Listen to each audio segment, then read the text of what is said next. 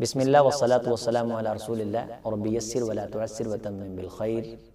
رب اشرح لی صدری ویسر لی امری واحلل عقدۃ من لسانی یفقہوا قولی رب زدنی علما۔ اللہ تعالیٰ نے قرآن مجید میں جسمانی،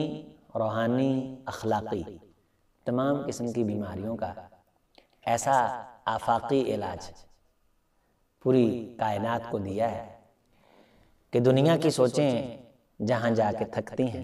وہاں سے کہیں آگے اس کی آفاقیت کا آغاز ہوتا ہے۔ اللہ کے رسول صلی اللہ علیہ وسلم حکیم قوم اور طبیب کائنات بھی ہیں۔ جناب محمد رسول اللہ صلی اللہ علیہ وسلم نے اقوام کے اندر جو بیماریوں کے اسباب ہیں ان کا تذکرہ بھی کیا ہے اور ان اسباب سے بچنے کے ذرائع وہ بھی بیان کیے ہیں۔ آج کل چین کے اندر جو کرونا وائرس اور اس کے حوالے سے یہ لفظ بڑی پذیرائی حاصل کر چکا ہے، یورپ کے اندر، عرب کے اندر، افریقہ کے اندر اور ہمارے بر اعظم کے اندر، ایشیا کے اندر، اہل لغت میں عربی ہو، انگریزی ہو یا اردو سمجھنے والا ہو، سب اس لفظ سے آگاہ ہو چکے ہیں، چونکہ ایک ہلچل مچی ہوئی ہے میڈیا پہ اور لوگ اس سے بچنے کی تدابیر کر رہے ہیں۔ پہلے نمبر پہ یہ جان لینا چاہیے کہ کوئی بھی مرض ایسا نہیں، صحابہ کرام فرمایا کرتے تھے کہ آسمان پہ اڑنے والا کوئی بھی پرندہ ایسا نہیں جس کے بارے معلومات نہ دی ہوں اللہ کے رسول صلی اللہ علیہ وسلم نے۔ فضاؤں میں، دریاؤں میں، زمین کی تہوں میں اور اس کے اوپر اور آسمان کی چھت کے نیچے جتنے تغیرات اور تبدیلیاں انسان کے مزاج کے اندر رونما ہوتی ہیں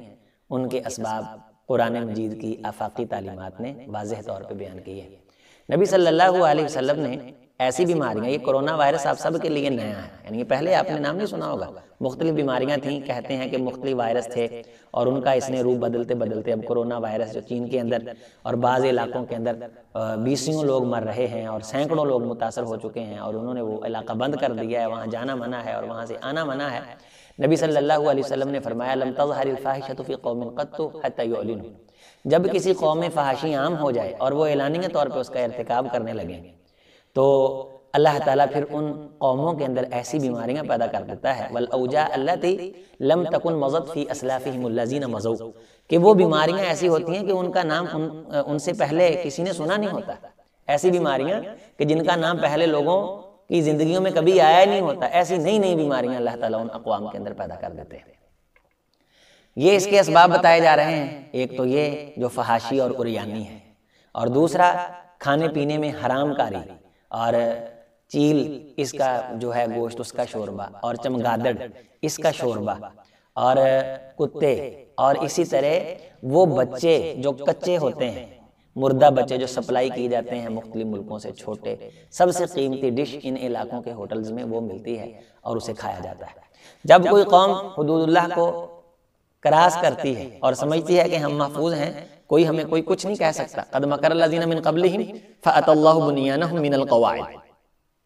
فخر علیہم السقف من فوقہم واتاہم العذاب من حیث لا یشعرون، جب لوگ مکر میں، فریب میں اور اس طرح کی حرکات میں، سیئات میں حد سے بڑھتے ہیں تو اللہ تعالیٰ ان کی جڑوں سے ایک لشکر اٹھاتا ہے جو ان پہ حملہ آور ہوتا ہے، وہ جڑوں سے حملہ آور ہو کے ان کی چھتوں کو ان پہ گرا دیتا ہے۔ وَأَتَاهُمُ الْعَذَابُ مِنْ حَيْثُ لَا يَشْعُرُونَ، اور ان پہ ارد گرد سے وہاں سے عذاب آتا ہے کہ ان کو شعور بھی نہیں ہوتا۔ وَإِنَّ جُنْدَنَا لَهُمُ الْغَالِبُونَ، اللہ تعالیٰ فرماتے ہیں کہ ہمارے لشکر ایسے ہیں جو غالب آتے ہیں، ہر بندے کے اندر اللہ تعالیٰ کے لشکر چھپے ہوئے ہیں، کائنات کی فوجیں مل کر کے ان لشکروں کو شکست نہیں دے سکتی۔ یہ لشکر ہیں اللہ تعالیٰ کے جنہیں اللہ نے حکم دیا، اور قرآن مجید نے یہ کہا ہے کہ ہمارے ایسے لشکر بھی ہیں کہ جنہیں یہ نہیں دیکھتے،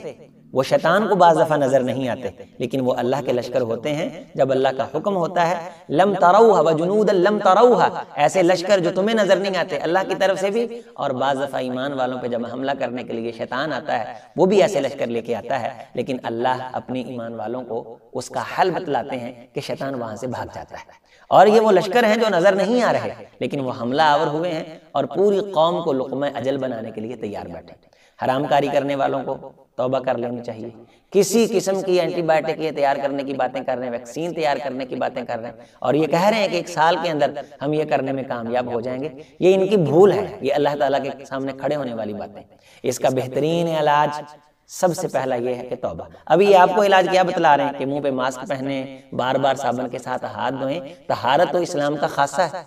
جنہوں نے ساری زندگی پیشاب کر کے ہاتھ نہیں دھوئے، اب کرونا وائرس کو جب دیکھا ہے تو انہیں طہارت یاد آ گئی ہے، اور اسلام کی عظمت پہ قربان جائیں اور مسلمان ہونے پہ فخر کریں کہ اللہ کے رسول صلی اللہ علیہ وسلم نے کتنا عظیم الشان طہارت کا درس دیا اور صفائی اور طہارت کو نصف ایمان قرار دیا۔ ہاتھ دھوئیں صابن کے ساتھ یہ کہہ رہے ہیں، لیکن ہم آپ کو اس کلپ میں چونکہ علاج بتلانے جا رہے ہیں تو مٹی کے ساتھ ہاتھ دھوئیں۔ پاک مٹی جو ہے وہ طہارت کے اندر کامل ثابت ہوتی، اور اس کے ذریعے سے اللہ تعالیٰ کئی بیماریوں کو ختم کر دیتے ہیں۔ ایک دم تھا جس میں رسول اللہ صلی اللہ علیہ وسلم یہ پڑھا کرتے تھے، بسم اللہ تربت ارضینا بریقت بعضینا یشفی سقیمنا باذن ربینا۔ اللہ کے نام سے تربت ارضینا، ہماری یہ مٹی اور ہمارے بعض کا تھوک، اللہ تعالیٰ اس کے ذریعے سے یشفی سقیمنا باذن ربینا، اپنے حکم سے بعض دفعہ بیماروں کو شفا دے دیتے ہیں۔ تو پاک مٹی کو رسول اللہ صلی اللہ علیہ وسلم نے بطور طہارت، بطور دم اور بطور علاج استعمال کیا ہے۔ رات کو سوتے وقت بچوں کے ہاتھ بھی پاک مٹی سے کہیں سے لے آئیں، اس مٹی کے ساتھ آپ ہاتھ دھوئیں، یہ دم کریں، ہمیشہ صبح شام کے اذکار کریں، اپنے آپ کو اللہ کی پناہ میں دے دیں۔ لا الہ الا اللہ وحدہ لا شریک لہ لہ الملک ولہ الحمد وہو علی کل شیء قدیر 10 مرتبہ پڑھیں۔ بسم اللہ الذی لا یضر مع اسمہ شیء فی الارض ولا فی السماء وہو السمیع العلیم 3 دفعہ پڑھیں۔ حسبی اللہ، یہ اللہ کے اوپر جو اعتماد والی تسبیح ہے اس کو کرتے رہیں، اور لا الہ الا هو علیہ توکلت و الیہ انیب یہ کثرت کے ساتھ ذکر کریں۔ استغفر اللہ الذی لا الہ الا هو الحی القیوم واتوب الیہ، اس کی آپ تسبیح کریں، اور شیطان سے پناہ کے لیے اپنے آپ کو اللہ کے کلمات کی پناہ میں دیں، اللہ تعالیٰ کی رحمت میں آئیں۔ وَهُوَ الْقَاهِرُ فَوْقَ عِبَادِهِ وَيُرْسِلُ عَلَيْكُمْ حَفَظًا، اللہ تعالیٰ اپنے بندوں پہ نگران ہے، طاقتور ہے، غالب ہے، اور وہ حفاظتیں اپنی طرف سے خود بخود نازل کرتا ہے، وہ حفاظتیں خود بخود بھیجتا ہے۔ یہ کسی قسم کے وائرس آپ کا کچھ نہیں بگاڑ سکتے، آپ پہ بالکل حملہ نہیں کر سکتے۔ نبی صلی اللہ علیہ وسلم نے ایک شخص کھانا کھانے لگا تو اس کا ہاتھ پکڑ کے فرمایا اللہ کی قسم جس کے ہاتھ میں مجھ محمد صلی اللہ علیہ وسلم کی جان ہے، شیطان کا ہاتھ اس کے ہاتھ کے ساتھ مجھ محمد کے ہاتھ میں ہے۔ آپ صلی اللہ علیہ وسلم نے فرمایا اس نے بسم اللہ نہیں پڑھی، اللہ کے نام میں طاقت اتنی ہے، اگر یہ بسم اللہ پڑھ لیتا تو شیطان کو اللہ تعالیٰ ذلیل کر دیتے، رسوا کر دیتے۔ یہ شیطانی حملے، یہ شر انگیزیاں، یہ بیماریاں اللہ تعالیٰ کے نام کی طاقت سے رفع ہو جاتی ہیں، اور اللہ آنے والی بیماری کو اپنے نام کی برکت سے نسلوں سے دور کر دیتے ہیں۔ جب بھی گھر میں داخل ہوں تو بسم اللہ پڑھ کے گھر کا دروازہ بند کر دیں، رات کو برتن ڈھانپ کے سوئیں۔ نبی صلی اللہ علیہ وسلم نے فرمایا کھلے برتنوں میں شیطان یعنی بیماریاں اترتی ہیں، اور صبح کو اٹھ کے لوگ اسی پانی کو پھر استعمال کرتے ہیں پینے کے لیے۔ یہاں تو یہ کہا گیا کہ جو صبح کو پانی استعمال کرنا ہے اس کو رات کو ڈھانپ کے رکھنا ہے۔ ساری رات آج کل دن کو چھوڑ کر کے پوری کی پوری قوم کھانے پہ لگی ہوئی ہے، اور ساری رات ہوٹلنگ کا سسٹم وہ آباد رہتا ہے، اور پکنک منائے جا رہے ہیں، اور دن کے فنکشن رات کے اندر رکھ دیے گئے ہیں۔ نظام فطرت کے مخالف یہ لوگ چل رہے ہیں، اور پھر یہ سمجھتے ہیں کہ نعوذ باللہ ہم اللہ تعالیٰ کے مقابلے میں کھڑے ہو جائیں گے، ان وباؤں پہ کنٹرول کر لیں گے۔ اس سے بدتر وبائیں تو آ سکتی ہیں۔ یہ اللہ تعالیٰ کے لشکر ہیں، یہ پورا چین مل کر کے ان لشکروں کو شکست نہیں دے سکتا، ان کی بھول ہے۔ اگر اللہ تعالیٰ نے آپ کو مسلمان بنایا ہے، آپ کو اس سے بچایا ہے، آپ اللہ تعالیٰ سے توبہ کریں، ذکر اذکار کریں، فجر کی نماز کی پابندی کریں، اللہ تعالیٰ کی پناہ میں آ جائیں، اچھی طرح وضو کریں، اور وضو کا پانی بعد میں تھوڑا سا بچ جائے برتن میں ڈال کے اس پانی کو آپ پی لیں، دم کریں، سورہ تغابن کی تلاوت کر لیں، اور سورہ بقرہ کی آخری آیات اور پہلی آیات، اور سورہ